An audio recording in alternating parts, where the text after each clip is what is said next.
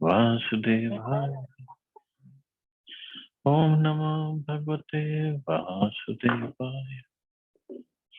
Narayana Namaskritya Naram Chaim Narottamam Devim Saraswatim Vyasam Tato Jayamudiriya Ashtaprayeshu Avadreshu Nityam Bhagavate Bhagavati Uttam Shloke Bhaktir Bhavati Nashtiki.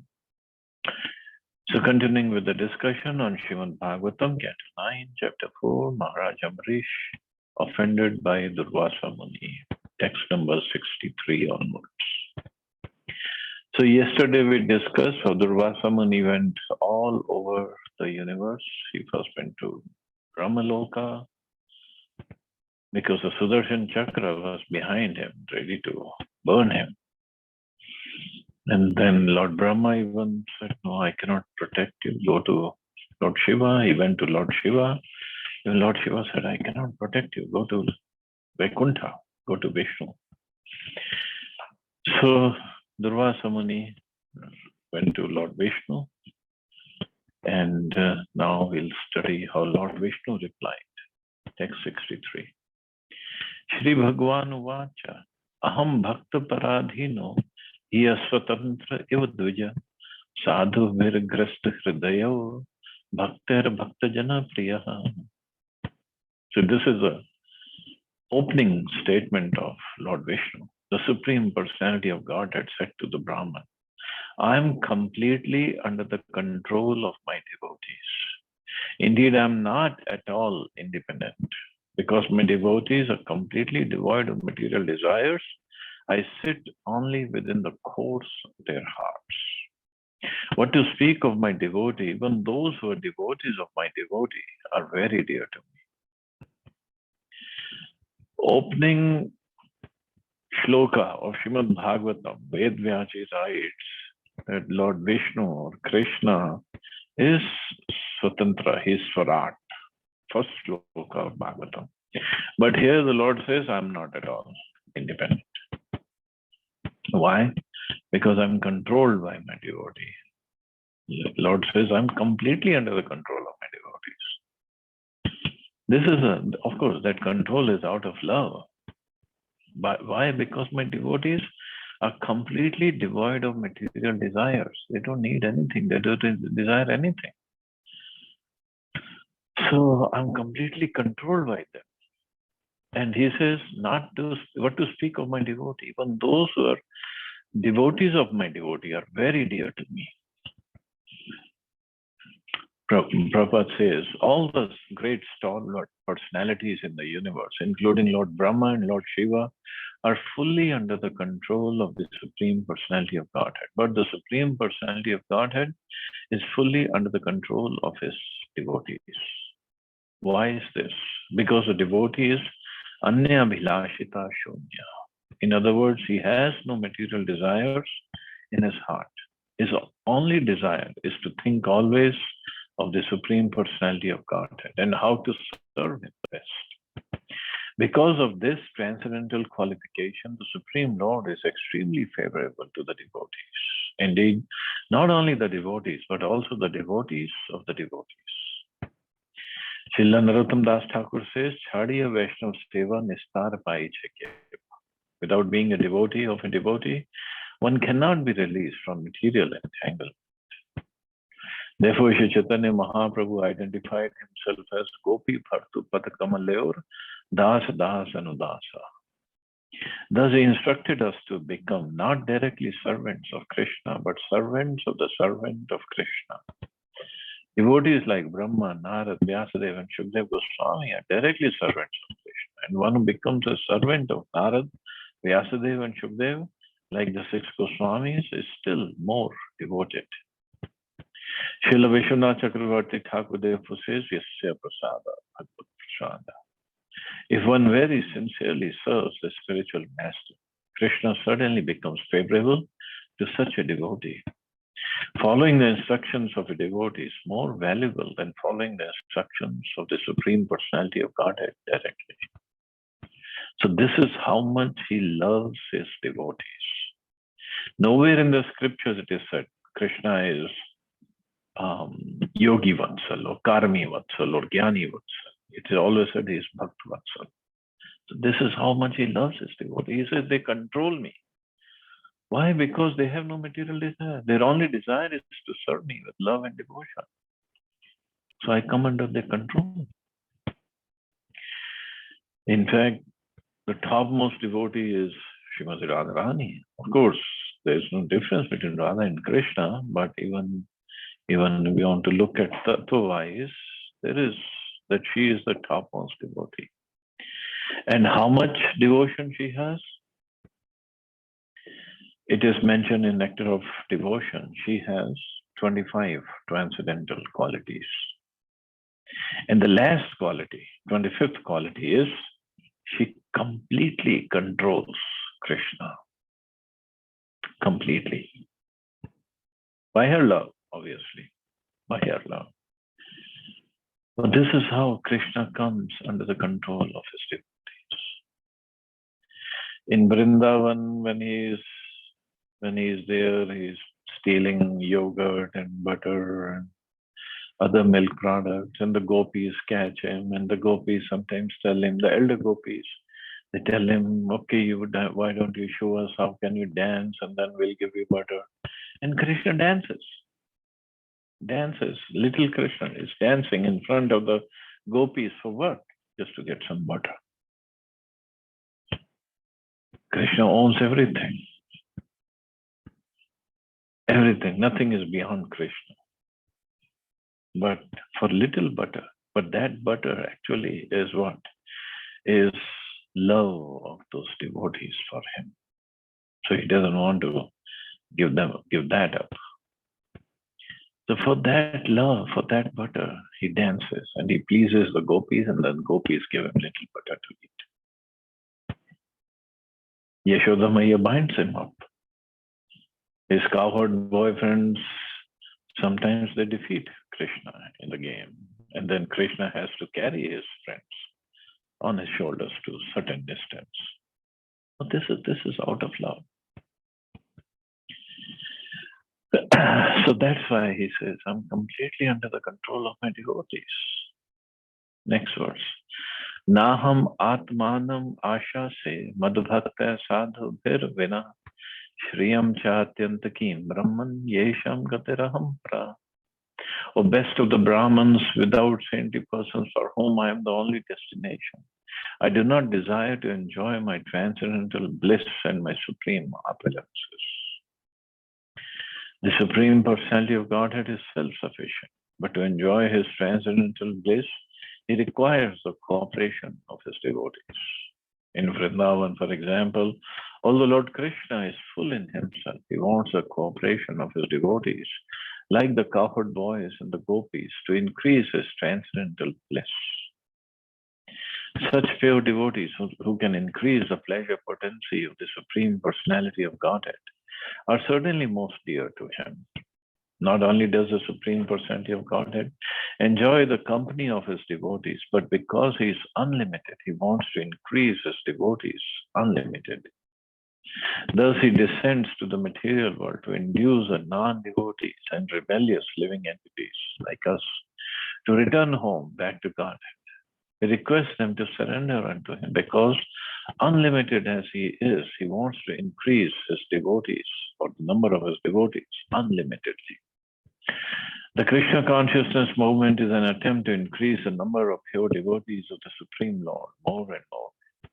It is certain that a devotee who helps in this endeavor to satisfy the Supreme Personality of Godhead becomes indirectly a controller of the Supreme Lord. Although the Supreme Lord is full in six opulences, he does not feel transcendental bliss without his devotees. An example that may be cited in this regard is that if a very rich man does not have sons in a family, he does not feel happiness. Indeed, sometimes a rich man adopts a son to complete his happiness. The science of transcendental bliss is known to the pure devotee. Therefore, the pure devotee is always engaged in increasing the transcendental happiness of the Lord. So Prabhupada is saying this Krishna consciousness movement is an attempt to increase the number of pure devotees because this will please the Lord. He is unlimited. Although the number of souls or living entities in the spiritual world are unlimited, but at the same time, number of living entities in the material world are also unlimited. Although there is a ratio of 3:1. 3 is a number of souls in spiritual world and 1 is a number of souls in material world. They both are unlimited, infinite. But Krishna is also, his pleasure is unlimited. Hari Ananta, Hari Katha Ananta. Everything about him is unlimited. There is no limit. There is no boundary. He can only enjoy this much or he only has this much, these many qualities. No. Or his glories can only be up to this point. No. Unlimited. And always increasing. So is his desire to be pleased. So he wants unlimited number of devotees to please him. And as our Prabhupada is saying, such pure devotees who can increase the pleasure potency of the Supreme Personality of Godhead are certainly most dear to him. So, and also it is said that every living entity, every living entity is unique in the sense that that living entity can give that particular pleasure to Krishna that no other living entity can do. So when we are not giving pleasure to Krishna, so we are withholding that pleasure that he wants to enjoy with us. So when we say Krishna is complete, Om Purnamada and so many shlokas are there, he is complete, obviously. But at the same time, he is incomplete. Why? Because he doesn't have our love for him.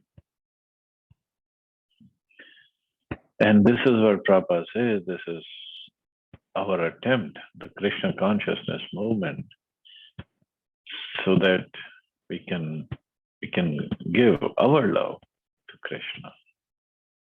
To increase the number of pure devotees means to give him that love that he is not having, the bliss that he is not experiencing with other devotees.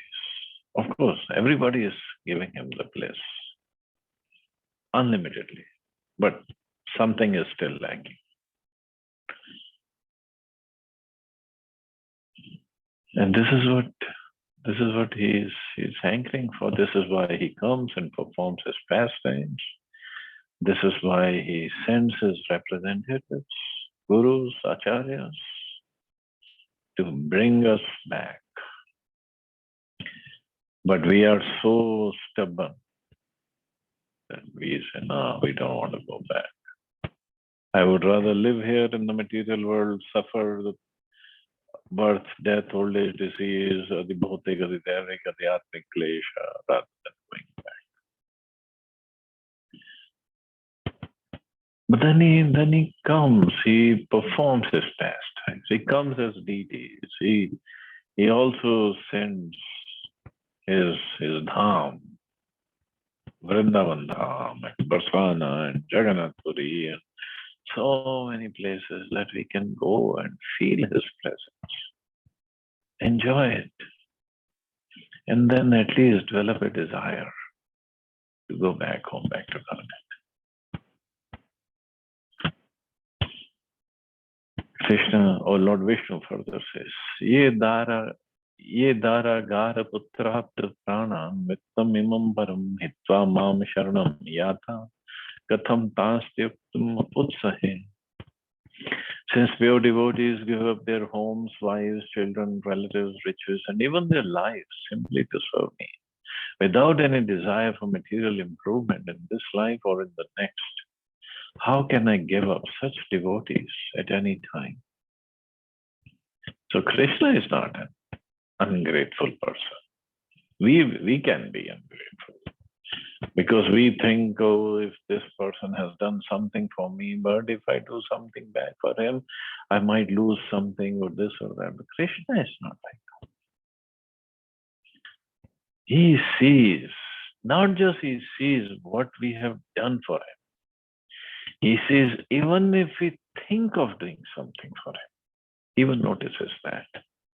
And he gets pleasure in that. And Prabhupada writes, the Supreme Personality of Godhead is worshipped by the words Brahman, Brahmanyan Devaya Go Brahmana Hitaya. Thus he is a well-wisher of the Brahmins.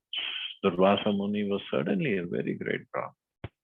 But because he was a non-devotee, he could not sacrifice everything in devotional service. Great mystic yogis are actually self-interested. The proof is that when Durvasa Muni created a demon to kill Maharaj Ambarish, the king stayed fixed in his place, praying to the Supreme Personality of Godhead and depending solely and wholly on him. Whereas when Durvasa Muni was chased by the Sudarshan Chakra, by the supreme will of the Lord, he was so perturbed that he fled all over the world and tried to take shelter in every nook and corner of the universe. At last, in fear of his life, he approached Lord Brahma, Lord Shiva, and ultimately the Supreme Personality of Godhead. He was so interested in his own body that he wanted to kill the body of a Vaishnava. Therefore, he did not have very good intelligence.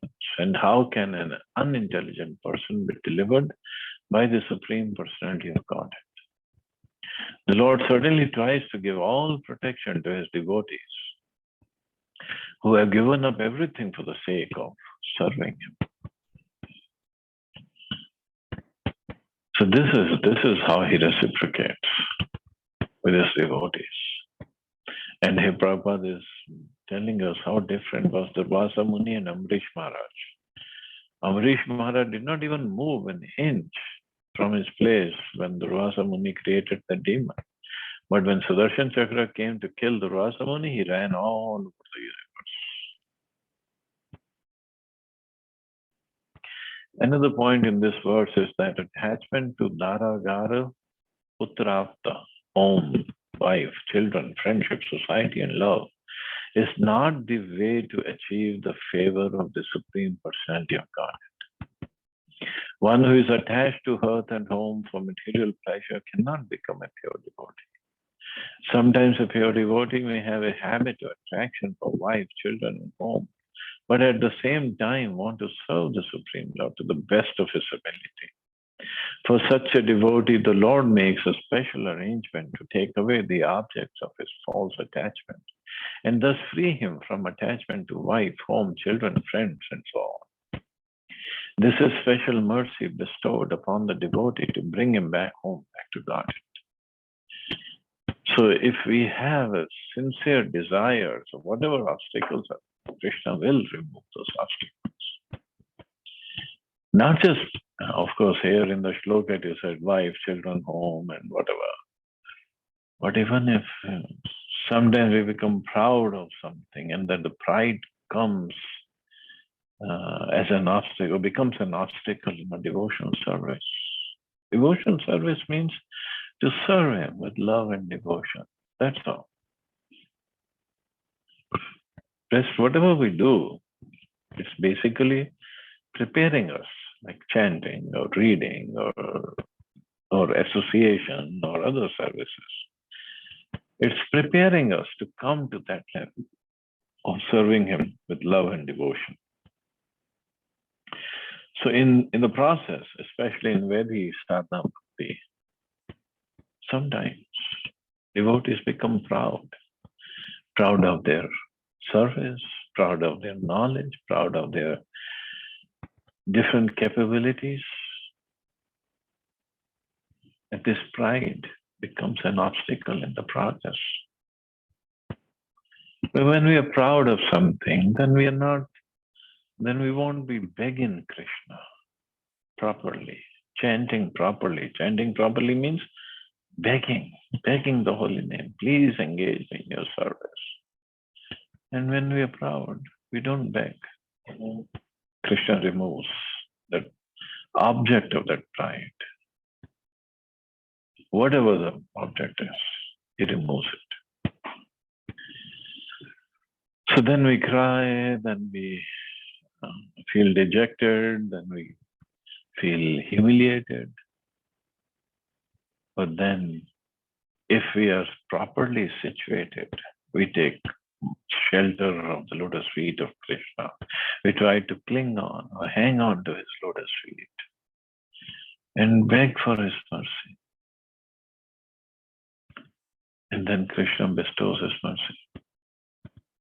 With what? He gives us more and more devotion service.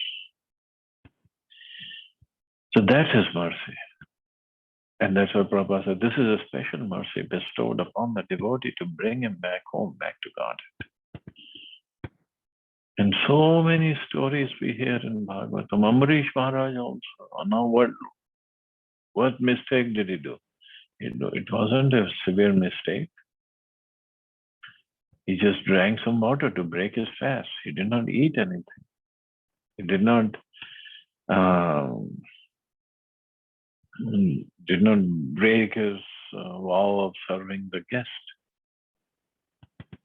But Durvasa Muni got angry with him, so angry that he produced this demon by pulling his hair out.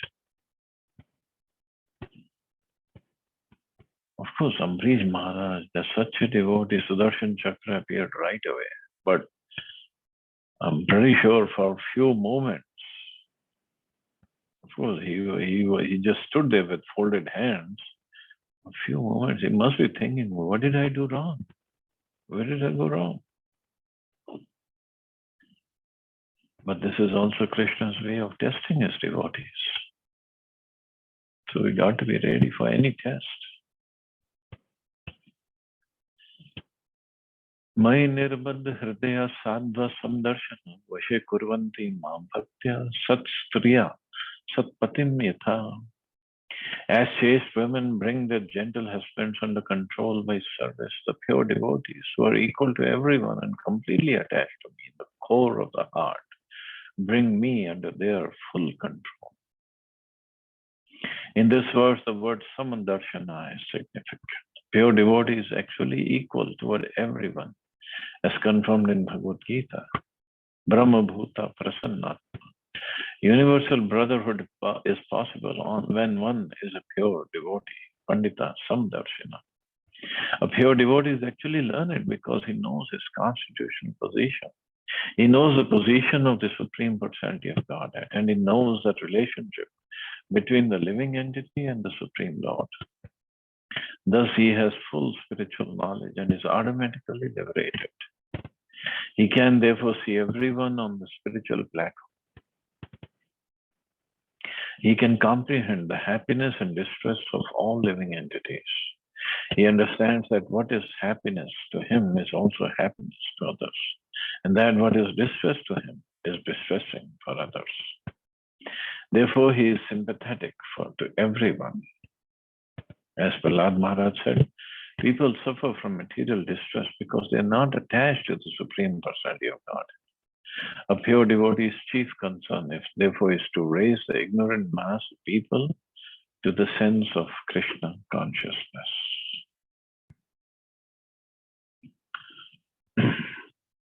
So this is what Lord Vishnu is saying, as chaste women bring their gentle husbands under control by service.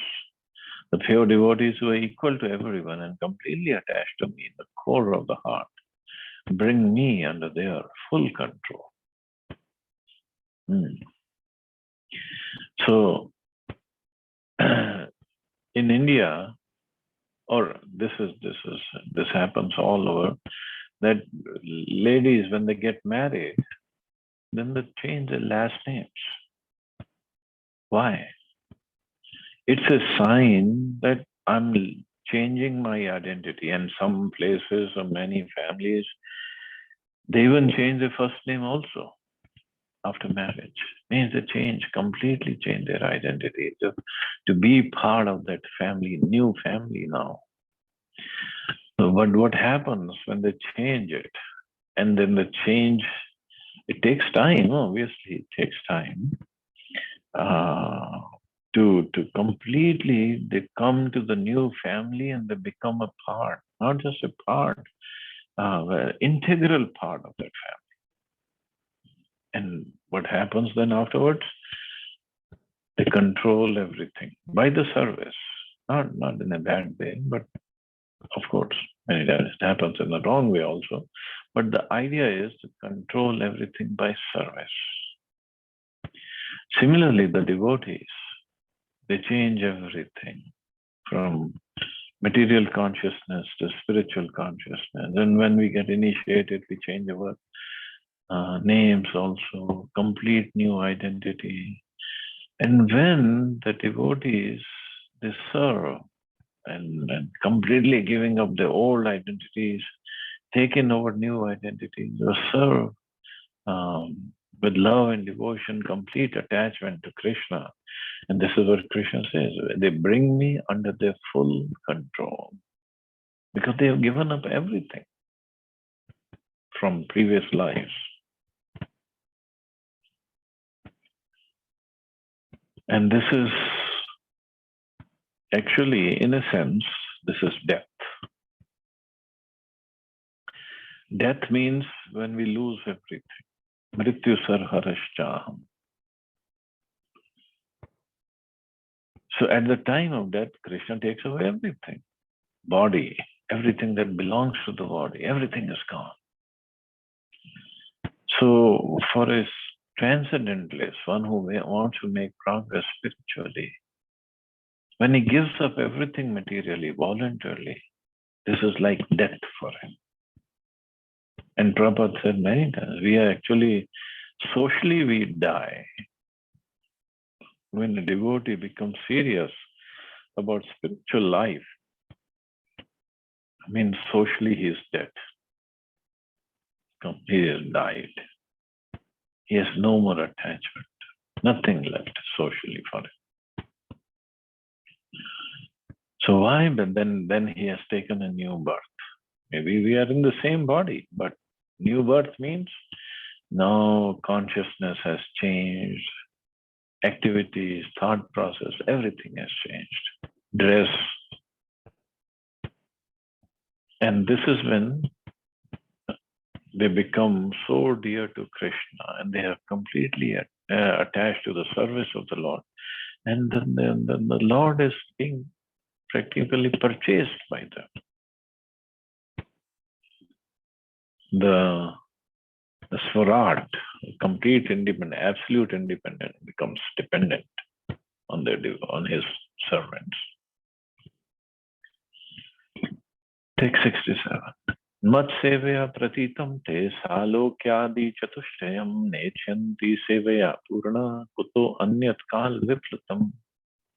My devotees who are always satisfied to be engaged in my loving service are not interested even in the four principles of liberation. Salokya, Sarupya, Samipya, and Sarshti. Although these are automatically achieved by their service, what then is to be said of such perishable happiness as elevation to the higher planetary systems? Srila Bilva Mangal Thakur has estimated the value of liberation as follows. Bilmangal Thakur realized that if one develops his natural devotion service to the Supreme Personality of Godhead, Mukti stands before him with folded hands to offer all kinds of service. In other words, the devotee is already liberated. There is no need for him to aspire for different types of liberation. The pure devotee automatically achieves liberation, even without desiring it. So devotee is not interested in anything. No, not even liberation. Not even going to Vaikuntha planets. Forget about heavenly planets. He just wants to serve. That's all.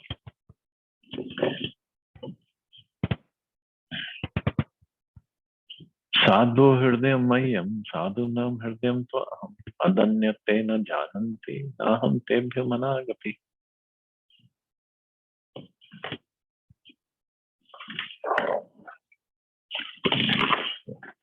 Battery is low. The pure devotee is always within the core of my heart, and I am always in the heart of my pure devotees. My devotees do not know anything else but me, and I do not know anything else but them. Another quality. Since Durvasa Muni wanted to chastise Maharaj Amrish, it is to be understood that he wanted to give pain to the heart of the Supreme Personality of God. For the Lord says, Sadhu Hridayam Mayam. The pure devotee is always within the core of my heart. The Lord's feelings are like those of a father who feels pain when the child is in pain. Therefore, offenses at the lotus feet of a devotee are serious. Chaitanya Mahaprabhu has very strongly recommended that one not commit any offense at the lotus feet of a devotee. Such offenses are compared to a mad elephant because when a mad elephant enters a garden, it causes devastation. Therefore, one should be extremely careful not to commit offenses at the lotus feet of a pure devotee. Actually, Maharaj Amrish was not at all at fault. Durvasa Muni unnecessarily wanted to chastise him on flimsy grounds. Maharaj Amrish wanted to complete the Ekadashi Paran as part of devotional service to please the Supreme Personality of Godhead, and therefore he drank a little water.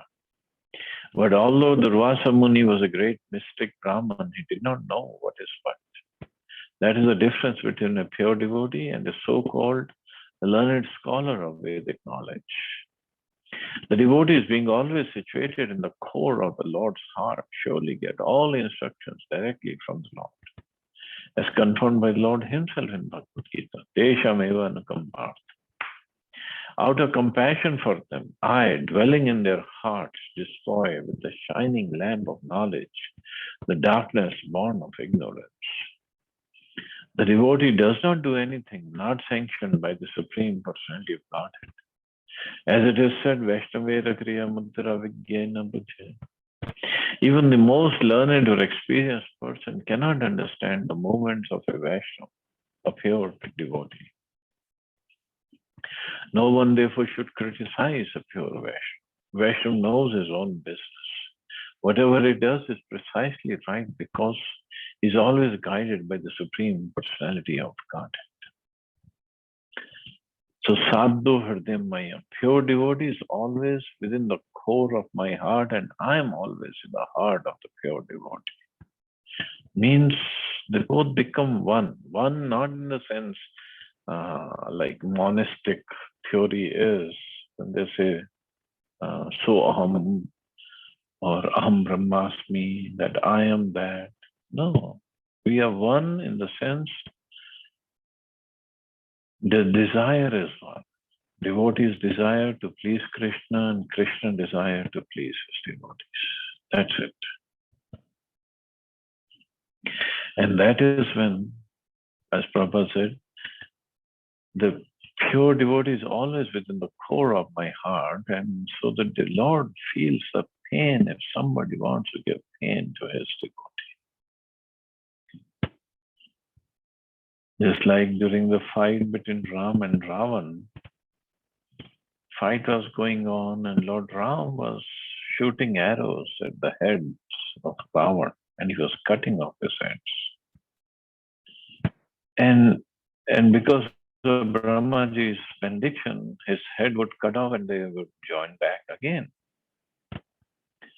And Vibhishan was there standing with Lord Ram. He said, my dear Lord, you know his life is not in his head. So no matter how many times you cut off his head, he's not going to die. Lord Ram said, I know that. His life is in his heart. But he is thinking of Sita, even in a wrong way. He wants to enjoy Sita. So he is thinking of Sita. Means in his heart, Sita ji is sitting there. Your thought of Sita is not different from Sita Devi herself. So Sita is in his heart, and in the heart of Sita, I am sitting, and in my heart, all my devotees are sitting. So if I cannot shoot tattoo at his heart right now. And when he kept on cutting off the heads of Ravan became disturbed. And he stopped thinking of Sita because now he was thinking of his heads or his own survival. And as soon as he stopped thinking of Sita, Sita disappeared from his heart, and Lord Ram shot the arrow at his heart, killing him. So this is how careful Lord Ram was. He could see Sita, and within the heart of Sita is Ram, and within the heart of Ram are all his devotees. Text 69. Upayam katishyami tavipra shrinishvata ayam hi atma vichara charaste yatasatam yahi ma chiram sadhu shuprahitam teja prahartu kurte ashivam. O Brahman, let me now advise you for your own protection. Please hear from me. By offending Maharaj Amrish, you have acted with self-envy. Therefore, you should go to him immediately without a moment's delay. One's so-called prowess, when employed against a devotee, certainly harms he who employs it. Thus, it is the subject, not the object, who is harmed. A Vaishnava is always an object of envy for non-devotees, even when the non-devotee happens to be his father. To give a practical example, Hiranyakashipu was envious of Prahlad. But this envy of the devotee was harmful to Hiranyakashipu, not to Prahlad. Every action taken by Hiranyakashipu against his son Prahlad Maharaj was taken very seriously by the Supreme Personality of Godhead. And thus, when Hiranyakashipu was on the verge of killing Prahlad, the Lord personally appeared and killed Hiranyakashipu. So service to a Vaishnava gradually accumulates and becomes an asset for the devotee. Similarly, harmful activities directed against the devotee gradually becomes the ultimate cause of the performer's fall down. Even such a great Brahman and mystic yogi as Durvasa was in a most dangerous situation because of his offense at the lotus feet of Maharaj Amrish, a pure devotee. So if somebody is even thinking of some wrong activities, wrong things about a devotee, it actually is for his own problem, for his own fall down. As the Lord says, one's so-called prowess, when employed against the devotee, certainly harms he who employs it. Just like Holika. Holika had the great boon of not being burnt by fire. So she sat on the fire with Prahlad Maharaj on her lap. And when it was lit up, she got burnt and died. And Prahlad Maharaj was completely protected.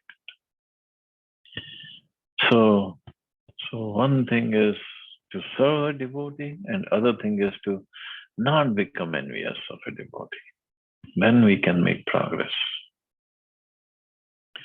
Tapo vidya cha viprana nishreya sakre ubhe dev durvinitasya kalpete karturanyatha.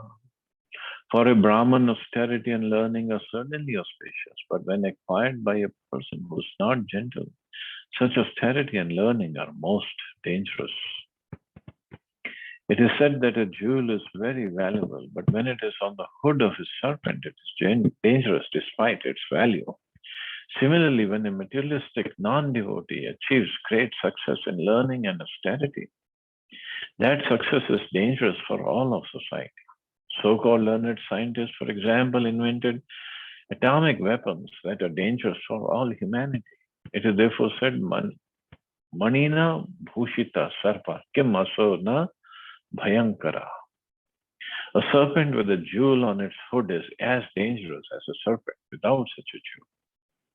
Durvasa Muni was a very learned Brahmin, equipped with mystic power, but because he was not a gentleman,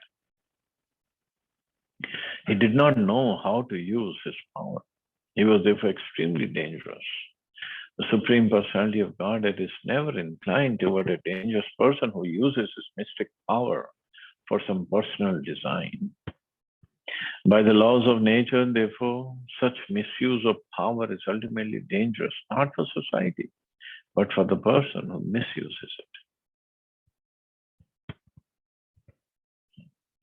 So this is also something that happens. People who have performed some austerities and they have some learning or they got some powers, so then generally they want to use it against some ordinary people. So the idea is they want to be the proprietors, controllers, enjoyers of those powers.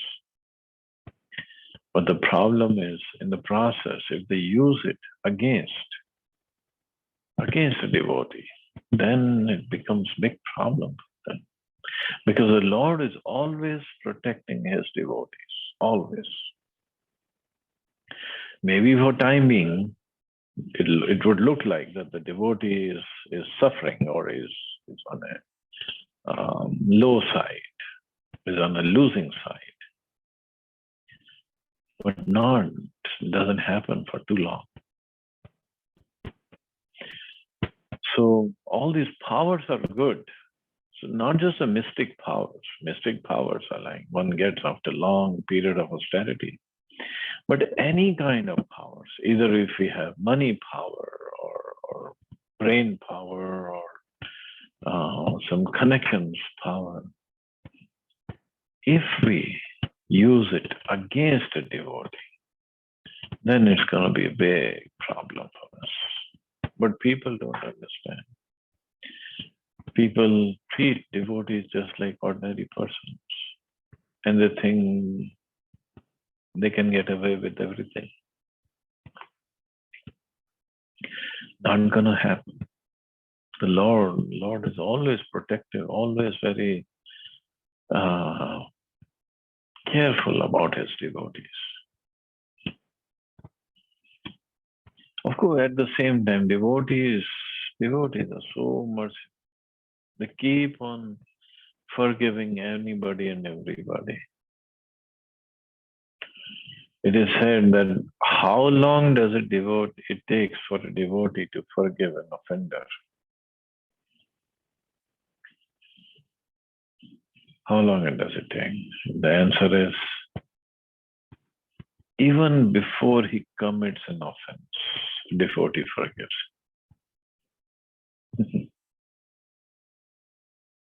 He doesn't keep any grudges in his heart. He just forgives. That's it. And that is why they're very, very dear to the Lord. Lord doesn't forgive that easily, but the devotees forgive.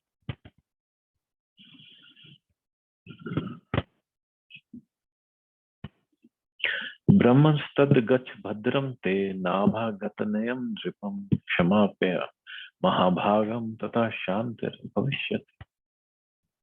O best of the Brahmins, you should therefore go immediately to King Ambarish, the son of Maharaj Nabha. I wish you all good fortune. If you can satisfy Maharaj Ambarish, then there will be peace from you. In this regard, Madhva Muni quotes from the Garuda Purana. The lesson to be derived from this narration concerning Maharaj Ambarish and Durvasa Muni is that all the demigods, including Lord Brahma and Lord Shiva, are under the control of Lord Vishnu.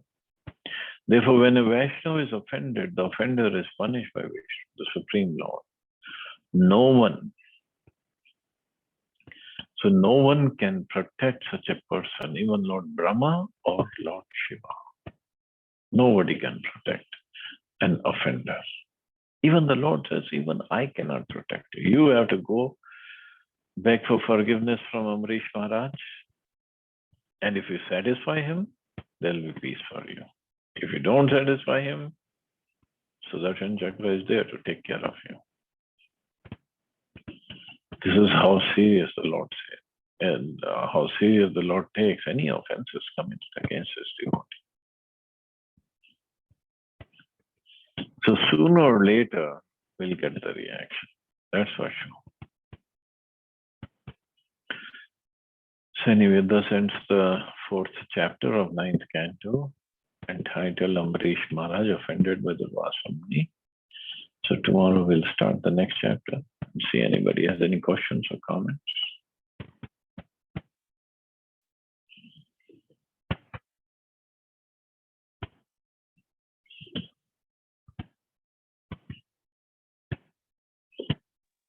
Hare Krishna, Prabhuji. Hare Krishna. Prabhuji, a question arises on the sage Durvasa Muni that by becoming a sage, how can he be so angry? He has got a lot of anger. In lot many, verses it has come that Durvasa Muni, if he was going anywhere, people were so scared of him. Is that appropriate behavior of a sage? It is not, but he is a partial expansion of Lord Shiva. So Shivji being is Adhisthata, or is a controller or mode of ignorance. So sometimes he comes in contact. So Durvasa Muni also comes in contact with mode of ignorance. So he becomes angry. In the process, he loses his tapabal, lots of tapabal. But we can also understand that person like Durvasa Muni is also controlled by the Lord. So Lord wants to take care of some things through Durvasa Muni also by his display of anger.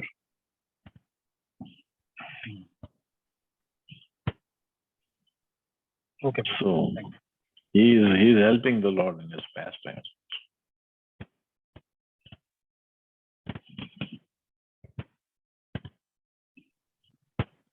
Thank you. Thank you. Okay, so I guess we can stop here. You all have a safe and wonderful day. Hare Krishna. Jai Shri Prabhupada.